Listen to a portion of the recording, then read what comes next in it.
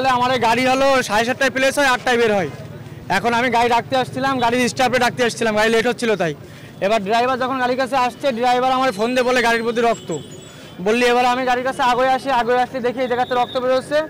ওই এখন একটা হেল্পার আমরা শুয়ে রয়েছি, পরে যখন গাড়ির ওই পাশ থেকে লোক ঢুকে তখন দেখিছে হেল্পার। তার আগে আমরা বুঝতে পারিনি, তখন দেখি ওই জায়গাটা চাকুর আঘাত রয়েছে আর হেল্পারের মুখ ঘুরে পড়ে রয়েছে, হেল্পারের গায়ে চাকুর আঘাত রয়েছে।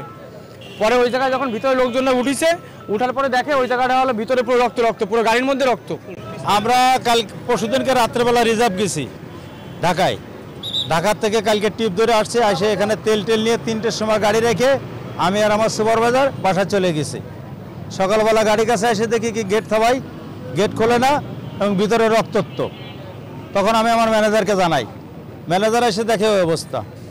আজকে সকালে আমরা খবর পেলাম যে আমাদের সর্দার পরিবহনের গাড়ির হেল্পার, সম্ভবত এই গাড়ির হেল্পার কে বা কারা রাত্রেবেলা তারে চাকু দিয়ে হত্যা করেছে। এখন লাশ গাড়ির ভিতরে আছে, এইটুকুনি খবর আমরা জানতে পারলাম।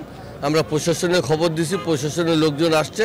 এখন এই বিষয়টা নিয়ে দেখা যাক কতটুকু কী হয়।